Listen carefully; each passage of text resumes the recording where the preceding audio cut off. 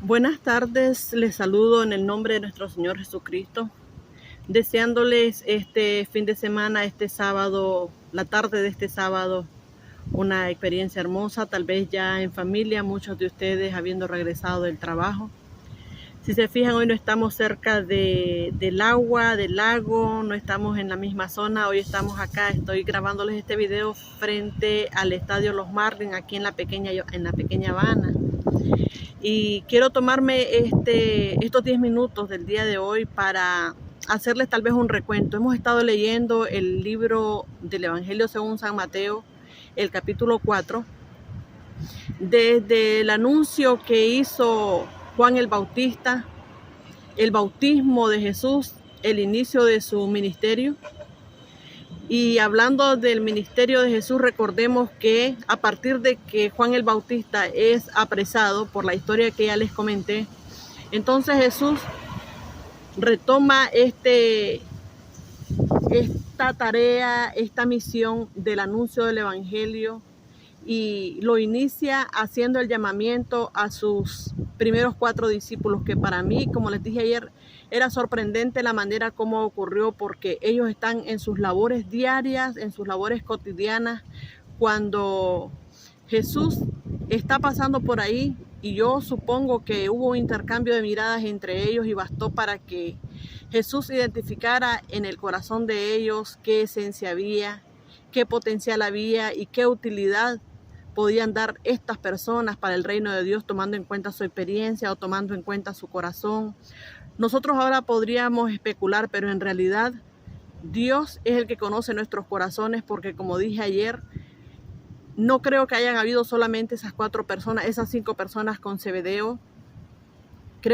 Tengo la certeza, creo, casi de que habían más personas pescando o en cualquier tarea cotidiana allí en el mar de Galilea, pero a Jesús le plació, y la verdad es que a veces nosotros no andamos buscándolo, Él nos sale al encuentro.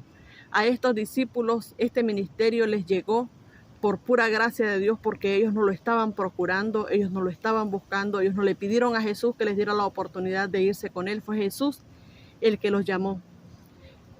Pero el ministerio de Jesús no se queda en solamente pedir el arrepentimiento de las almas, la conversión de nuestra vida de pecado a una vida de santidad.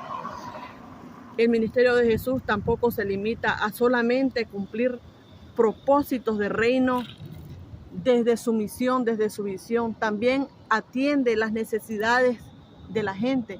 Si nosotros seguimos o continuamos leyendo los versículos 23 en adelante, dice la Biblia que Jesús estaba anunciando el Evangelio no solamente ya en la ribera del mar, sino que tomó las sinagogas de Galilea, y el lugar donde los fariseos, los religiosos tomaban para enseñar. Entonces Jesús toma esos lugares, pero los lleva más allá y los acerca a su reino, porque no solamente enseña. Sí es verdad que anduvo enseñando, pero también comenzó a atender la necesidad de la gente, y comenzó a sanar personas, comenzó a curar enfermos de su dolencia, no importaba qué dolencia tuvieran, si fueran que estaban sufriendo de espíritus inmundos, si estaban sufriendo de una enfermedad de nacimiento. La necesidad con la que las personas se presentaran delante de él. Entonces Jesús ahí aprovechaba para dejarles saber que había llegado una oportunidad de vida, una oportunidad de sanación del alma, de sanación del cuerpo.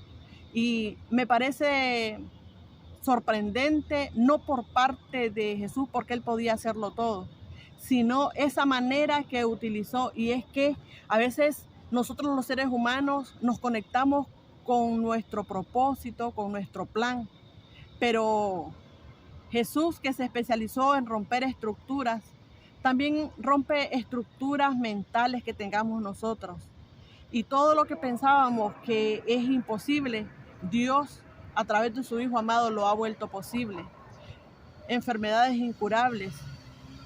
Este encuentro que estas personas tuvieron con Jesús les marcó la diferencia para toda su vida. Nosotros vamos a ir encontrándonos en su en todos los relatos bíblicos de los evangelios, vamos a ir encontrándonos con experiencias de personas que tal vez pensaron que morirían así. Pero cuando llegó Jesús a su vida, cuando se encontraron con Jesús, sin darse cuenta ellos de la magnitud de ese encuentro, la vida les cambió para siempre. Entonces encontramos que el evangelio del arrepentimiento nos saca de una vida de pecado a una vida de salvación, nos saca de una vida de oscuridad a una vida de luz. Es lo que nosotros podemos experimentar en esas primeras palabras de Jesús: arrepentidos porque el reino de los cielos se ha acercado. Es decir, Jesús quiere decirles: aprovechen esta oportunidad. Es solamente que ustedes tienen que aceptar que han hecho lo malo hasta ahora delante de Dios, y aceptan, reconocen y se convierten de sus malos caminos, y entonces la vida de ustedes comienza de cero. Ya no hay un precio que ustedes tengan que pagar. Yo soy la propiciación de sus pecados. Y esa es la primera etapa del ministerio de Jesús. Lo acompaña de un llamamiento, y para mí este llamamiento es cumplimiento de propósitos. Dice la Biblia que Dios tiene pensamientos de bien para nuestra vida. Así nosotros no logremos entenderlo en el momento, pero se cumple. El propósito de Dios se cumple en nuestra vida. Solamente tenemos nosotros que deponer nuestra terrenalidad, nuestros propósitos humanos, y entonces veremos la gloria de Dios manifestada en la vida nuestra. Siempre digo en nuestras familias, porque es inevitable que cuando Dios produce un cambio en nuestra vida, no pueda la familia disfrutar de ese cambio, de esa bendición. Y la última parte de este capítulo 4 está relacionada a las resoluciones de problemas sociales, personales, a las sanidades de las personas que estaban enfermas. Pero yo creo que Dios quiere no solamente sanarnos de una dolencia física. Yo creo que Dios quiere sanarnos de dolencias en nuestros corazones. Más de una persona estaremos en este momento tal vez escuchando esta reflexión, pero viviendo una situación difícil que no tenemos idea de cómo resolverla, porque a veces los caminos se nos cierran a nosotros.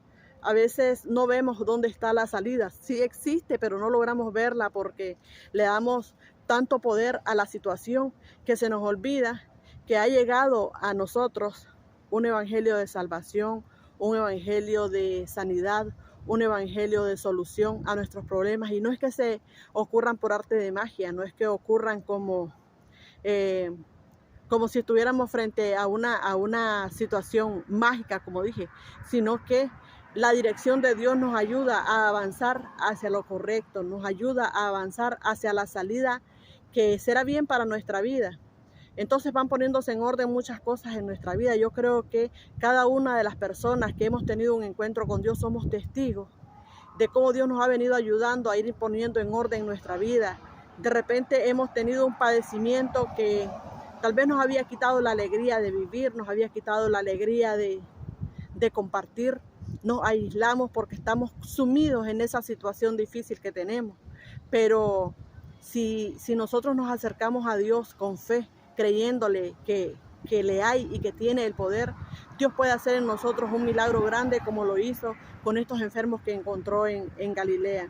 Yo quiero invitarles para que tengamos en cuenta, no un evangelio de tradición, no un evangelio de que lo leímos en la Biblia y se queda en nuestra mente, en nuestro cerebro, lo creemos, lo aceptamos así, pero no nos damos la oportunidad de vivirlo. Yo creo que podemos accesar a ese evangelio real. Es más que un pasaje bíblico leído, no es una historia contada. El evangelio es una experiencia de vida y que nos da vida en esta y en la venidera. Entonces yo quisiera que releamos este texto. Este capítulo 4 es un capítulo hermoso. Encontramos casi un resumen de lo que es el ministerio de Jesús en la tierra y lo que sigue teniendo vigencia. Tenemos un proceso de arrepentimiento. Dios cumple propósitos en nuestra vida y también atiende todo lo que sea nuestra necesidad, porque es que Él no cumple su propósito egoístamente. Él cumple propósitos con nosotros, propósitos de reino, pero además de eso entiende nuestras vicisitudes, nuestras dificultades, nuestras necesidades. Puede ser que estemos pasando una necesidad, una situación familiar muy fuerte. Yo no quisiera ponerle nombre porque es que son tan diversas, pero cualquiera que fuera, cualquiera que fuera la necesidad que nosotros tengamos que atravesar y no nos sentimos capaces y no sentimos la fuerza, sentimos que tal vez el impulso es mayor que nuestra fuerza.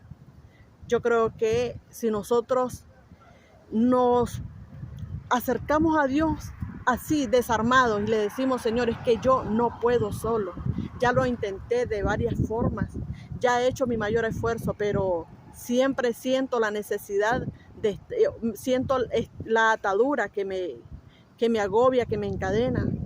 Reconozcámoslo así delante de Él, y yo estoy segura que el propósito de Él ha sido venir para libertarnos, para darnos vida, pero que la tengamos de manera plena, no solo la vida que se respira oxígeno, sino vida en el término bíblico, vida desde el propósito de Dios. He tenido la oportunidad en estas 2 semanas de hacer una reflexión tal vez corta, tal vez una reflexión muy casera cada día y compartirla con ustedes. Y créanme que a mí personalmente me ha ayudado, me ha fortalecido mi fe y me he enamorado más de la palabra de Dios, porque encuentro en cada detalle de la palabra un mensaje para mi vida. Y yo quisiera que ustedes encuentren un mensaje para la vida suya también. Si Dios me ha puesto en mi corazón y me ha confrontado con esta necesidad de hablarles de la palabra de Dios, yo sé que lo ha hecho con un propósito, con la vida mía, pero sobre todo con la vida de ustedes. Así que les deseo un feliz sábado, que disfruten en familia, traten de pasarla bien, traten de buscar la paz de Dios. El lunes nos encontramos con el capítulo 5 del Evangelio según San Mateo. Si lo quisieran ir leyendo, es el capítulo de las bienaventuranzas. Nos vemos el lunes, nos encontramos, nos hablamos, nos escuchamos. Que Dios les bendiga.